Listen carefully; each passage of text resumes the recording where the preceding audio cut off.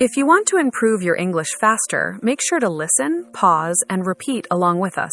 It really works. Today we're talking about something simple but powerful for daily English: nouns. People hear the word noun and think school grammar or boring textbooks. But here's the thing. We use nouns all day without thinking about them.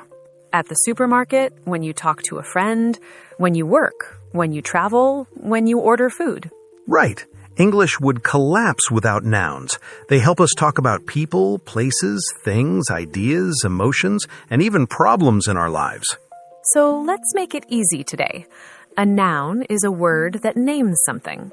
It can name a person, like teacher or friend, a place, like kitchen or office, or a thing, like phone or coffee. And there are also nouns that you cannot touch, like freedom, stress, or love. We'll get to those later. Many learners know the definition, but they struggle to use nouns naturally in conversations. For example, if you say, "I need it," or "give me that," native speakers might understand, but it feels unclear. If you say, "I need a charger," instead of "I need it," suddenly the listener knows what you are talking about. This is the real point. Nouns add clarity. And when you are learning a language, clarity is power. One small background phrase learners can use when they don't know the noun is, "How do you call this in English?" Or you can say, "What is the name of this in English?" Simple, friendly, and helpful. I remember helping a student in a cafe once. He wanted a napkin, but he didn't know the word. He pointed and said, "How do you call this?" And I told him, "napkin." After that, he used the word in every cafe we visited. That's how learning works. You find the noun, you practice it, you use it in real life. And with time, your vocabulary becomes stronger and your conversations become cleaner. So before we go deeper, let's make nouns simple and useful for daily life. Think about the people around you. When you talk about your family, you use nouns like mother, brother, cousin, or husband. When you talk about work, you use nouns like boss, manager, customer, or student. And when you talk about social life, you use nouns like friend, neighbor, or classmate. Every time you name a person, you're using nouns. I had a student who kept saying, "this guy" or "that guy" for everyone. It made his stories confusing. When he learned nouns for relationships, his stories became much more interesting. For example, if I say, "I met a guy yesterday," it's vague. But if I say, "I met my cousin yesterday," you suddenly understand who that person is in my life. This is where nouns make our speech richer and easier to follow. And here's another thing. People nouns help you show emotion. If I say, "My best friend is visiting," you hear excitement. If I say, "My boss called me," you hear stress. True, a simple noun can change the feeling of a sentence. For learners, a useful support phrase is, "I don't know the noun, but it's a person who," and then explain. For example, "I don't know the noun, but it's a person who fixes cars." And then someone can tell you mechanic. That's how language grows through real communication. Also, people nouns are cultural. Different cultures have nouns for different types of relatives. English has aunt, uncle, niece, nephew. Some languages have more detailed nouns for family connections, some have fewer. So learning nouns isn't just grammar, it's learning how a culture organizes people. Before we move on, I have a question for everyone listening. What is one person noun that you use a lot in your daily life? Write it in the comments. You'll be surprised how many nouns you already know once you start paying attention. And if you don't know how to say something, ask people. Curiosity helps you grow faster than memorizing lists. All right, let's continue our journey and explore nouns for places in daily life. Let's look at nouns for places, because we use them every time we talk about where things happen. Think about your morning. Maybe you wake up at home, go to the bathroom, then to the kitchen. All of those are nouns for places. And once you leave the house, the list grows. Street, bus stop, school, office, bakery, pharmacy, gym. These place nouns help us navigate our day. A student once told me, I go to there. I understood the idea, but it was missing a noun. If she said, I go to the gym, the whole sentence becomes clear. Place nouns are good for giving instructions as well. For example, meet me at the station or turn left at the library. Without the noun, the listener feels lost. If learners don't know the noun for a place, they can use a support phrase like, it's a place where people buy medicine. And then someone can tell you pharmacy or drugstore. Speaking of culture, small details matter. In some countries, you say supermarket. In others, you hear grocery store. And for public transport, you might hear subway, metro, or underground, depending on where you are. Same noun category, different cultural flavor. There are also nouns for bigger places like city, country, village, beach, or hospital. These help us talk about travel and experiences. If you say, I visited a country last year, it's fine. But if you say, I visited Japan last year, now the story has life. Another interesting thing about place nouns is that some of them become social nouns. For example, school is a place, but we also say school to talk about daily life, people, and routines inside that place. Right. If a teenager says, I hate school, they're not only talking about a building, they're talking about homework, teachers, classmates, and stress. This is where language gets richer. One noun carries many layers. And when you learn English, you don't need to memorize every noun in the dictionary. Focus on nouns you actually need for your routines. A small trick for learners. Pay attention to signs in public places. Many signs are just nouns. Yes, like exit, entrance, restroom, bakery, parking, pharmacy, bakery. It's an easy and natural vocabulary lesson. And once nouns for places become automatic, your daily conversations become smoother when you talk about where things happen. Now let's switch to nouns for things, because this is where most daily conversations actually happen. When you look around your room right now, almost everything you see has a noun. Laptop, desk, cup, chair, cable, notebook, pen, headphones. The more nouns you recognize, the easier it becomes to describe your environment. Many learners rely on pointing. They point at an object and say this or that. It works in emergencies, but it's not great for long-term growth. A learner once told me, I forgot my thing at work. And I asked, what thing? He said, the thing for writing.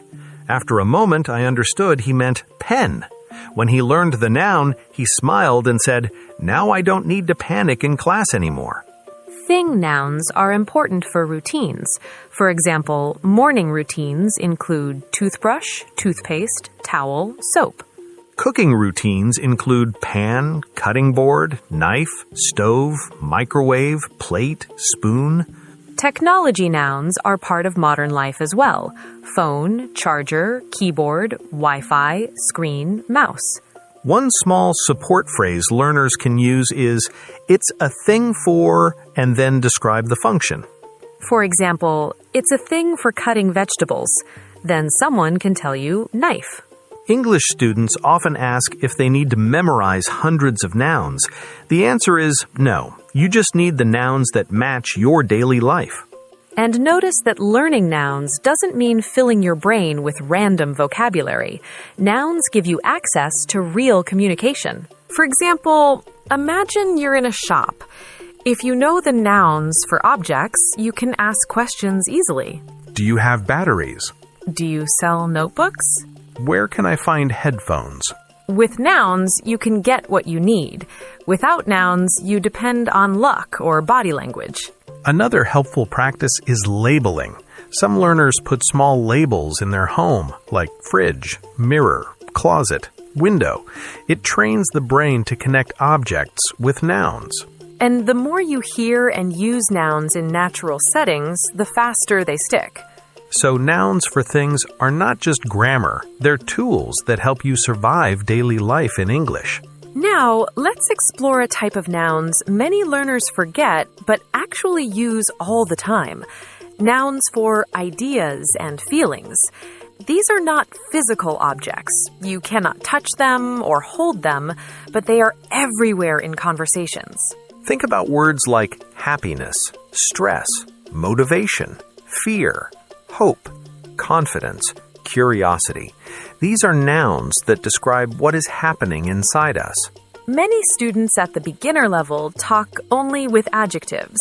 For example, they say, I am happy, or I am tired. That's fine, but with nouns, they can say, my happiness is important, or my tiredness is terrible today. Using idea nouns lets you express more detail and control. In daily life, people talk about plans, goals, and problems too. Those are nouns. When someone says, I have a goal to learn English, the noun goal gives the sentence direction. If they say, I have a problem with my pronunciation, the noun problem explains what they need. This makes communication smoother because the listener knows the topic right away. Many learners don't realize that conversation skills improve when they name the idea instead of just describing it. For example, if someone says, English is important for my future job, the nouns English, job, and future are doing the heavy lifting. Another example, I have a dream to move abroad. The nouns dream and abroad help shape the meaning. Even nouns like time and money are idea nouns. You can't touch time the way you touch a book, but it exists as an idea that controls our life. Time nouns appear everywhere. Breakfast time, study time, free time, lunch time, quality time. And feelings are also important. A learner once told me, I feel bad.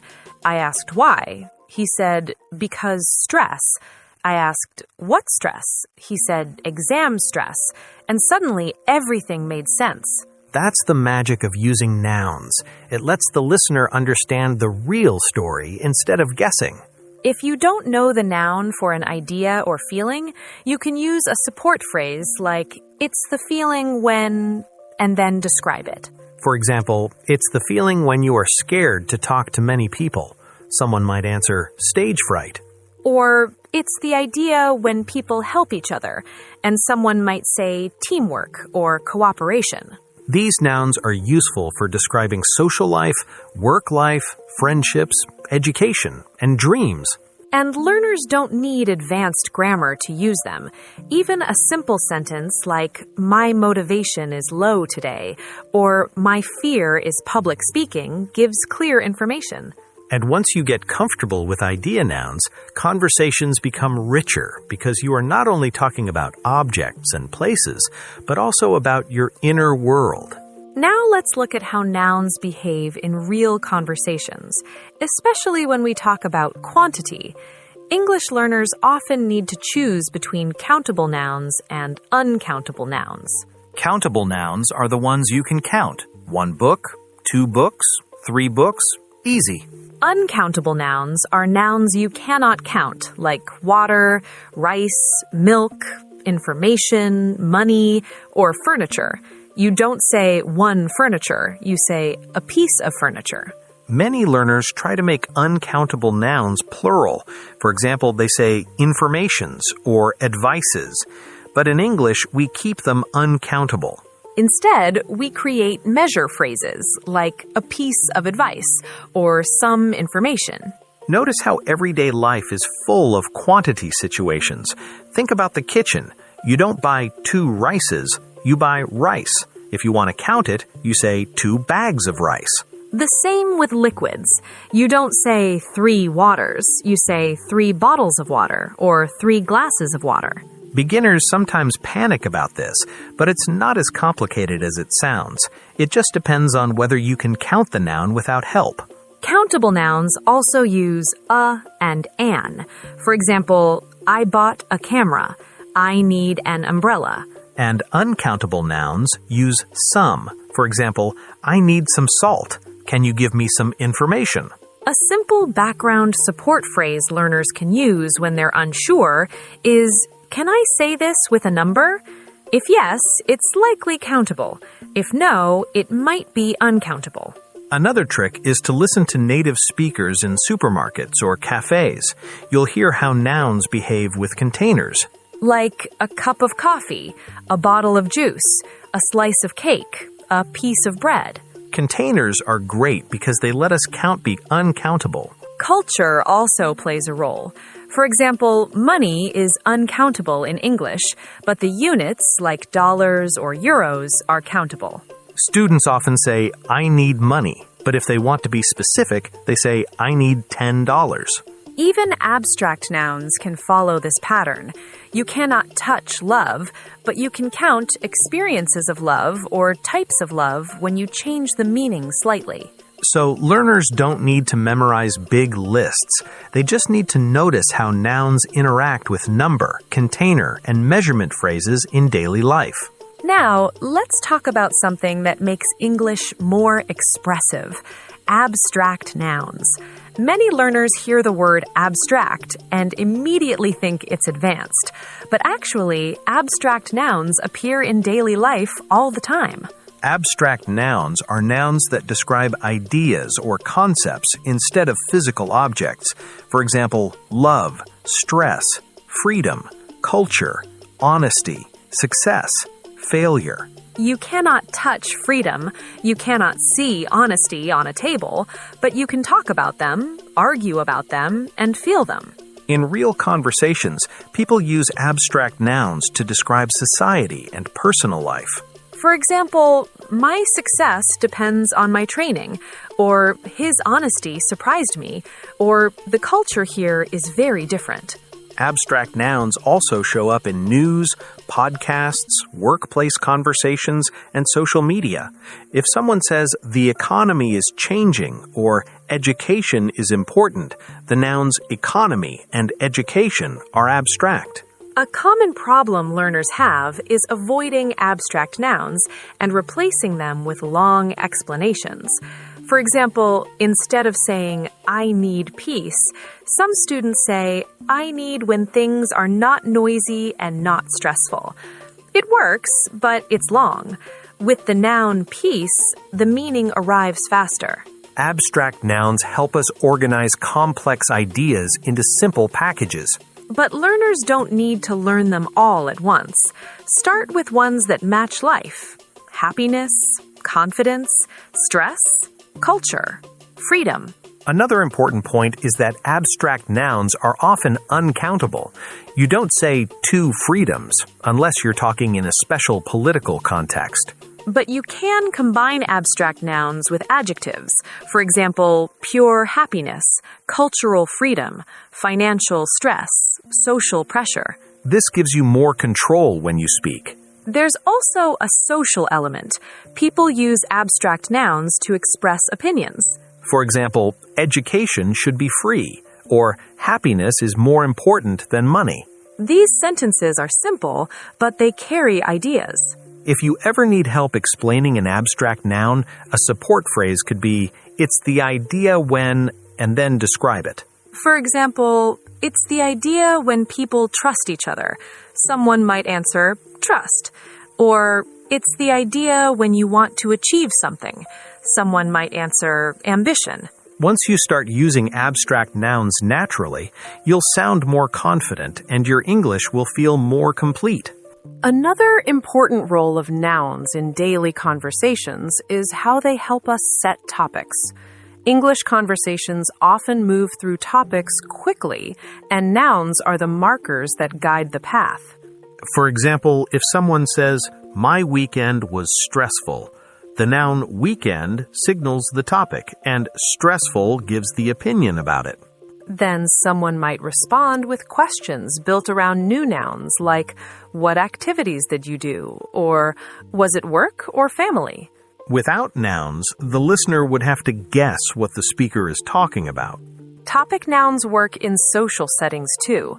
Imagine two friends meeting for coffee. They might talk about weather, school, travel, hobbies, family, news, movies. All of those are topic nouns. And topic nouns help conversations move from small talk to deeper talk. For example, starting with weather is small talk, but when the noun work enters the conversation, it becomes more personal. Longer conversations usually follow a pattern. Someone introduces a noun, the listener reacts to it, and then new nouns arrive to expand the topic. If you think about it, even arguments use nouns for structure. People argue about money, time, responsibility, rules, relationships.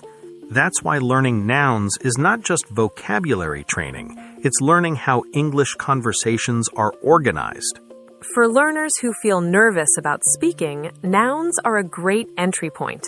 You can prepare a few nouns that match your life. For example, study, gym, travel, work, family. With just those nouns, you can build easy sentences. My work is busy. My family visited. I started gym. I want to travel. Then the other person asks questions and the conversation grows. A helpful support phrase when you don't know how to continue is, can we talk about, and then add a noun. For example, can we talk about movies? It invites the listener into a safe topic. Another useful phrase is, I have a question about, plus a noun. Like, I have a question about grammar, or I have a question about pronunciation. Notice how nouns make it easier for both sides to navigate the interaction. And once learners get comfortable picking nouns as topics, they stop freezing in conversations and start participating more naturally. Now, let's talk about common mistakes learners make with nouns, because noticing mistakes helps us improve faster. One very common mistake is overusing the word thing. It appears everywhere. The thing for cooking, the thing for driving, the thing for opening cans. And sometimes it works, but too much thing makes speech unclear. Better to learn the noun you really need. Another common mistake is skipping the noun completely. For example, students say, I need it, instead of I need a charger, or give me that, instead of give me the notebook. The listener can guess, but guessing is tiring. Using the noun removes the confusion. Articles also cause trouble. Countable nouns need a or an when singular. Students sometimes say, I bought camera. But in English, we say, I bought a camera. And uncountable nouns don't use a. Students sometimes say, I bought rice. But we say, I bought rice, or I bought a bag of rice. Mixing categories also creates problems, like saying advices instead of advice, or informations instead of information. There's also the problem of using nouns too generally. For example, saying, I went to a place. It's correct, but too vague. If you say, I went to a bakery, now the story has flavor. And on the other side, some students use very advanced nouns they learned from textbooks, but then freeze in real conversations, because those nouns don't match daily life. Daily nouns matter more than academic nouns for most learners. If you know nouns for shopping, work, family, food, travel, and hobbies, you can participate in most conversations. Many learners make the mistake of translating nouns directly from their language. Sometimes it works, sometimes it becomes funny. I once had a student who tried to say hairdresser, but translated from his language and said cut hair person. Which actually made sense logically, but the noun he needed was hairdresser or barber. There's a useful support phrase when you don't know the noun. What's the noun for, and then describe it. For example, what's the noun for the person who fixes teeth? Someone will answer dentist. English speakers don't judge questions like that. Asking questions is normal and helps you learn faster. And the good thing about noun mistakes is that once you notice the pattern, you fix it quickly and your speech becomes cleaner. Now, let's do a small practice scenario to show how nouns work in real life. Imagine two friends at a cafe. They look at the menu and order drinks. One friend says, I'll have a cappuccino. The noun cappuccino tells the server what drink he wants. The other friend says, I want green tea. same pattern. Clean communication with nouns. After ordering, they talk about work. One of them says, "My boss gave me a new project." The nouns boss and project introduce the topic. Then the friend asks, what kind of project? Now the noun project becomes the center of the conversation. Next, they switch to hobbies. The friend says, "I started guitar lessons." Here, guitar is the noun that carries the idea. Then they talk about family. One friend says, my sister just had a baby, and now the nouns sister and baby introduce a new topic. All of these examples show how nouns push the conversation forward. Let's try another small situation. Imagine a learner in a shop. They want to buy bread and cheese. If they only say this and this, the clerk might feel confused. But if they say bread and cheese, the nouns make the meaning clear. If they want to be polite, they can say, do you have bread? Or can I have some cheese? Notice containers again. Cheese is uncountable, so you might say a slice of cheese or a block of cheese. In travel situations, nouns are essential too. At the airport, you see nouns everywhere. Gate, passport, luggage, boarding pass, security. Without these nouns, you cannot navigate the space. Learners often freeze in airports, not because they don't know grammar, but because they're missing the nouns for objects and places. Same with hotels. You need nouns like reservation, key card, lobby, elevator, room, breakfast. A support phrase learners can use in travel situations is, what's this place called? Or, what's the noun for this? Real-life communication is built on these small pieces. And the more you practice with real nouns, the less you rely on pointing, guessing, or panic. Let's wrap this up by thinking about how nouns actually help people build their English life. When learners first start, they usually focus on grammar rules, but in reality, nouns are what allow them to function in the world. With nouns, you can buy food, ask for help, talk about plans, and share opinions. Without nouns, conversations stay small, confusing, or stressful. Nouns also connect you to other people. When you talk about your family, hobbies, work, dreams, or problems, you're sharing nouns that represent your life. And people respond to that. When you say, "I love photography," photography becomes a bridge to other people who might say, "Me too," or "What kind of photography?" This is how real English conversations grow, not through perfect grammar, but through shared topics built with nouns. And when you enter new environments, you gain nouns naturally. If you start a gym routine, you learn nouns like dumbbell, treadmill, coach, membership. If you start working in an office, you learn nouns like meeting, deadline, report, coworker. If you start a hobby like cooking, you meet nouns like recipe, ingredients, oven, spices. This means you don't need to memorize vocabulary lists from textbooks.